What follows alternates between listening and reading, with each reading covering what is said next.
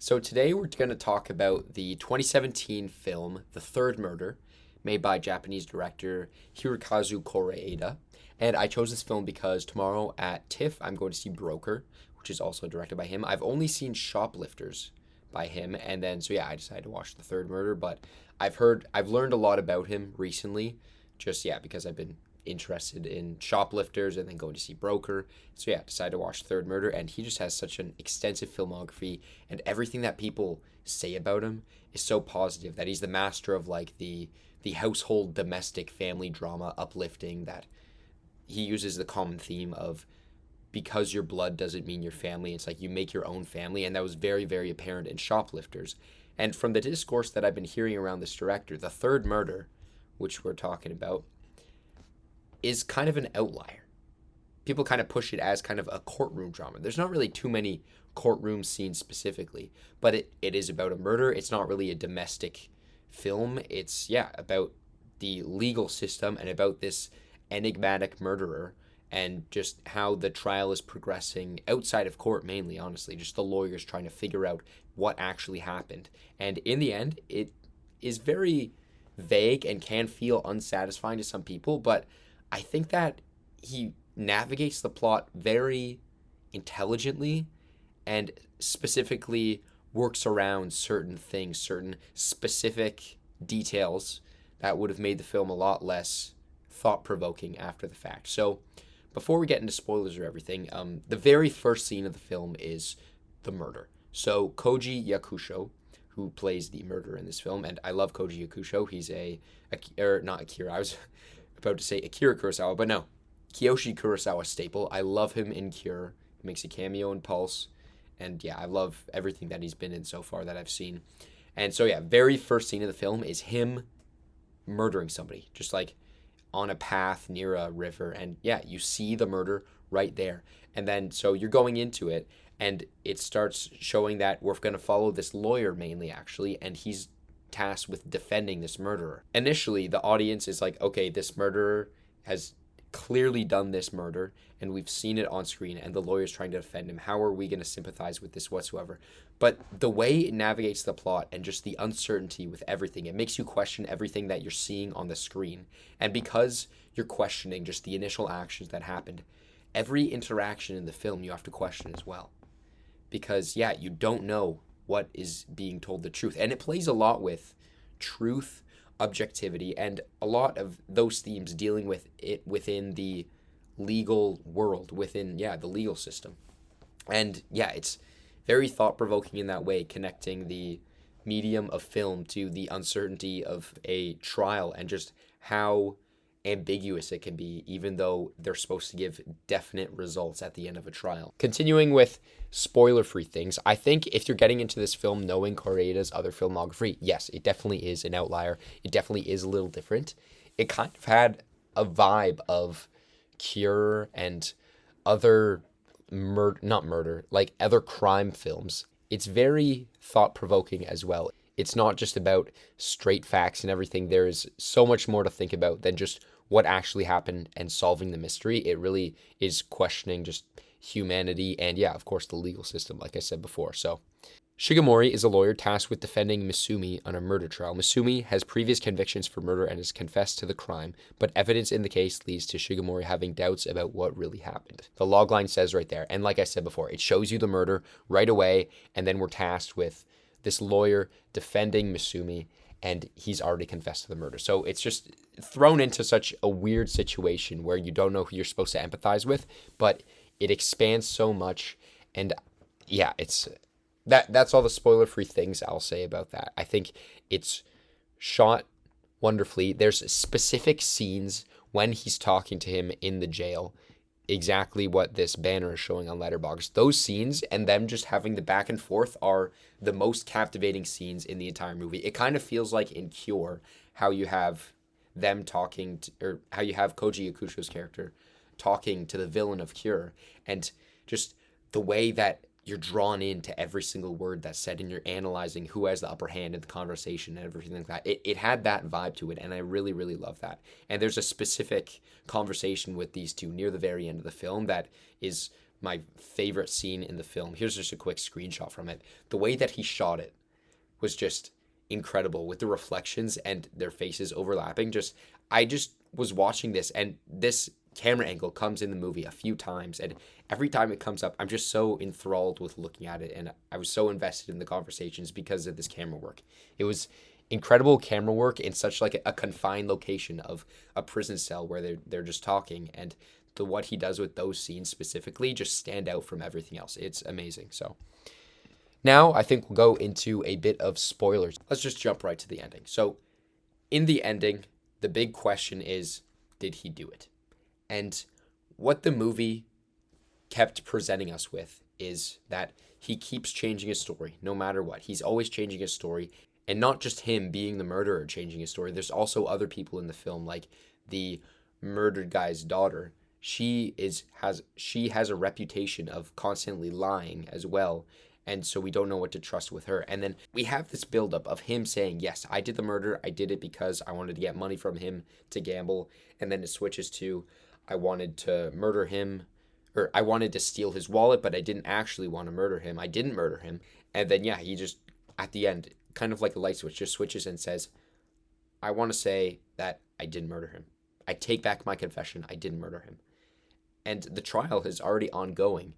And then they go into the trial, and once he says that, everyone's like, what? That makes absolutely no sense. And then they have the discussion about it, the judge and the lawyers. And they're like, okay, we'll continue the trial, even though it should be a mistrial, because this one very important fact has just been completely flipped around. And they say that they're going to continue it just because it's more convenient, pretty much, when it ends up in him getting the death penalty, which was the main thing that they were trying to avoid. And that was one of the big things that spoke to the legal system, as well as just throughout the film, the main lawyer, him talking about what's the best legal strategy rather than telling the truth. Because, yeah, lawyers' jobs, the idea of a court is to find the truth. And this movie very clearly shows how it's so far from that now. The legal system is about trying to win cases instead of finding the truth. And this just, yeah, it's hard to express myself, but it paints it really, really nicely in this film with the conversations that the lawyer has. Just him countless times talking to people about how this is the best legal strategy.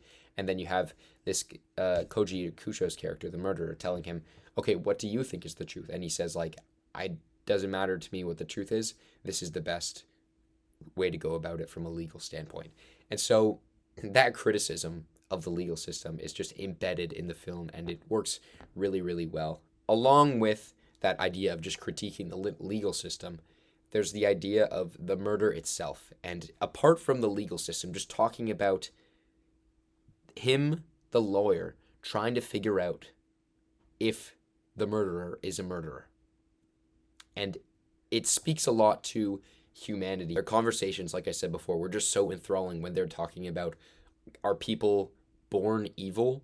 Can murderers change? And him and the other lawyers, they have very clear different perspectives on this matter. One of the other lawyers, when they're in their office, and he says that, oh yeah, people are born and they're set with a certain characteristics, and they either have the capability to murder or they don't. And he doesn't believe that people change. And then the other lawyer, it seems like he looks at him in disgust. He's like, you don't think people can change? And there's that clear disconnect from them. And yeah, the conversation that I was talking about earlier, where this screenshot is from, had so many good lines, and just, this was the best scene in the entire movie. And yeah, there's a few quotes from it. So we have him actually asking him, okay, are you a murderer? Did you do this? And he doesn't give him a straight answer, of course. And then he just kind of rebuttals with being like, okay, what do you think happened? What do you think is the truth? And the lawyer has gone through this so many times with so many changing stories, trying to figure out the best legal strategy. And it seems like he really is trying to connect with him. And he never gives a straight answer.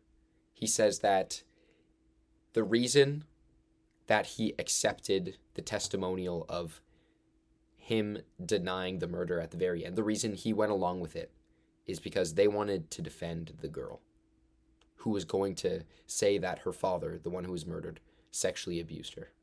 And they wanted to spare her from having to talk about this in the court and express that to the public. And that seems to be the reason that they did it. And again, that may not be the truth. She may not be telling the truth, and might not be telling the truth. They might have both just switched the idea just because they wanted to save her, rather than it being the truth. But it leaves us with, we'll never know what the real truth is. And that's just the reality for so many court cases, I imagine, that, yeah, you're never going to find the actual truth. Like, the only people that were there, maybe it's, yeah, the murderer, the guy who died, and nobody else. And clearly, just taking his word for it isn't evidence enough. And that was one weird thing about the movie, that I think it actually did present it pretty well, that the fact is, their main piece of evidence was the confession. And that's pretty much it. The main piece of evidence was his confession. He had a burn on his hand. And they took that so far that he got the death penalty. If he had just not confessed, there is absolutely no way that there would have been enough evidence for them to give him the death penalty. The lawyer even says at points, the only evidence that they have is his confession. And so just starting off the movie right away, he had his confession, and that just set them up for disaster. And it's crazy that was the only piece of evidence that they needed. And once he overturned that, they were like, okay, we've gotten this far, and they just went along with it. And they finished the case, and he was sentenced to the death sentence. It's just, it's crazy that this whole story sprung about because of that initial confession. And then he kept on changing his stories for whatever reasons he had. And it would be an interesting rewatch to try to figure out what his intentions were, why he changed his story every single time. Because, if you're going along the line of believing that he changed his story at the end to defend the girl, then maybe there's hints in the movie that show that he changed his stories different times to protect different people, different things, or just different perspectives of him or others. Like, I wonder if those hints are in there. It's just a very interestingly structured film in that regard. So, one other thing that he said in this conversation near the very end that was the most thought-provoking for me, I think it was the very last lines of the conversation. They were talking about, okay, are you just evil? And like, did you do this murder? And the lawyer said to him, are you a vessel? A vessel for just evil and doing bad things. And he said, what is a vessel? And then the lawyer seemed to have this epiphany in that moment. And I keep on thinking to myself, why did he have that epiphany? By him just saying, what is a vessel? Does him saying, what is a vessel, kind of make him believe that he is just a vessel because he's unknowingly just an agent of evil? As weird as that sounds, like, it's just a lot to unpack in just his reaction to the murderer saying, what is a vessel? Yeah, he goes from this position, and then he just leans back, and he's like, seems like he just has a realization. And I don't know why he reacted like that, but it just felt so impactful in the moment. Like, this conversation that they've been having, they've been connecting over the entire movie. They had the thing with their hand touching the glass, and then him knowing that he had a daughter. So maybe there's, like, really subtle supernatural elements to this. And, having that idea in the movie, I really dig. It's kind of like Cure, where it's like you don't see anything supernatural, but it's kind of, like, subtly in there. Cure very much more obviously than this, but, like, this is, like, even subtler than subtle, and that's just really cool if that's the case. And it can be the case if you want it to be. Maybe I'll just accept that as my interpretation of the film. And so that's really cool. But I love this conversation at the end. It was incredible. Yeah, the touching hand stuff was really good. And this shot, I can't get enough of this shot. This shot is amazing. So and along the lines of talking about him being a vessel and an agent of evil, they also had conversations, not just them, but also with other lawyers, that people's lives get decided for them. They're either evil or they're not evil. They're just, at birth, they have the capacity to kill or they don't. And the conversations that they had in this movie about it were so interesting because I think, yes, there is some truth to that. Because when you're born, whatever circumstances you have, whatever circumstances your parents had that you were brought into this world in, are the circumstances that make you who you are. And there's no changing that. You don't get a choice in that.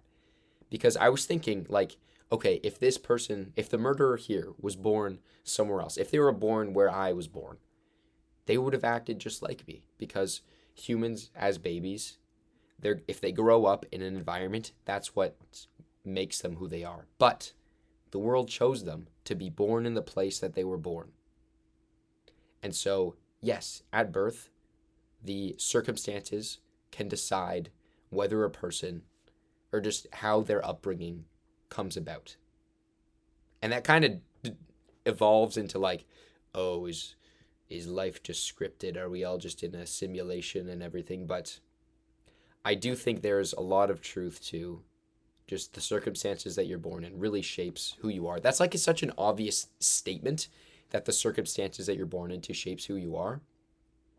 But in dealing with this movie, the capacity to murder is assigned at birth is an interesting argument for this murderer because of the circumstances that he was born in. Just decided that right away, right at birth.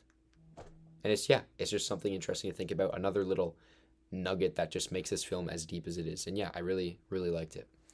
And so I think the last kind of theme in this film that I wanted to talk about was the title. It's called The Third Murder. But throughout the film, we're talking about one murder. This whole movie is about a trial, about a murder of one guy. And it's mentioned in the film that the murderer, had previously murdered 2 other people and had been in prison before. So is this the third murder?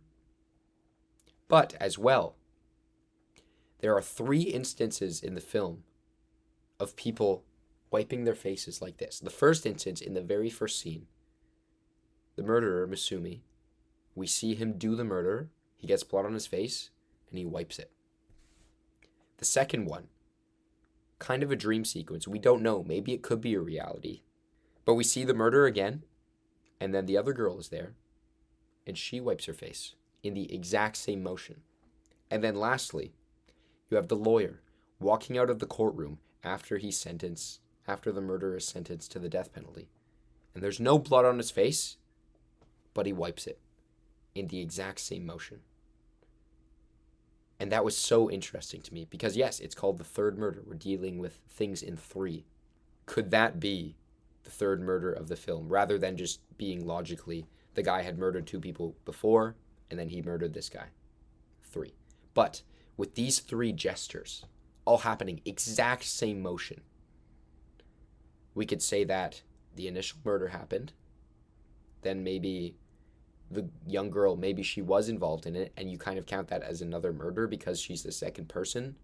And then the last murder is the lawyer failing to defend him and him getting the death penalty, so he's kind of responsible, taking on the position of the murderer. Or that the murderer didn't actually murder, and then the third murder is, again, him being sentenced to death, and then the 2 previous murders being his previous crime. I don't know. It doesn't make a lot of sense. It's the third murder, not the third murderer. But the enigmatic nature of the film works well with this title because I'm sure that Kore-eda had it all thought out. I'm sure that he has his own interpretation. He called it the third murder for a reason. And there's just something there. And yeah, the movie is so enigmatic. We don't actually know what happens. And it kind of plays with the title. We don't know exactly what the title means. And I think that's really cool that, yeah, the themes of the film of not knowing the actual truth is played along with the title. Maybe there's just like a giant subplot of other murders that are happening that you could really figure out if you really dive deep into the subtext of everything. But it's just not shown on screen. That would be so cool. But I just love the thoughtfulness behind this movie and just the detail working with the ambiguity. It's a tough thing to do because I think a lot of people could watch this movie and then be like, oh, it was way too ambiguous. I don't have any clue what's going on, and it just doesn't give any answers. And that's fine for them, but I really like thinking about the ambiguity of this film and the ambiguity playing along with the themes of the film. I think it works really, really well, and the more I think about this movie, the more I like it. And so, yeah, I think that's pretty much all I have to say about the third murder. I was pleasantly surprised because, yeah, it was a diversion from Kore-eda's usual domestic drama, and yeah, I watched it yesterday, and I've been thinking about it ever since, and I just like it more I think about it. So, I could potentially move it up to 4.5, but we'll have to wait and see. Maybe I'll do that in the future. But yeah, that's about it about The Third Murder. I would highly recommend it. Highly recommend Kore-eda. I'm definitely going to check out more of his stuff. I'm watching Roker tomorrow, so I'm very, very excited for that. It should be a good time. It has Song Kang-ho, Bae Do-na as well, who I know. So yeah, very excited for that. But yeah, if you've seen The Third Murder, what did you think? Let me know. I know it was at Venice and it was at TIFF, which is really cool. So Kore-eda is just a cool guy. Can't wait to see what he does next. So yeah, next week will be Existenz, and next week is September 19th. So Monday, September 19th, 7 o'clock, we'll be talking about Existenz. I've heard this one's really weird.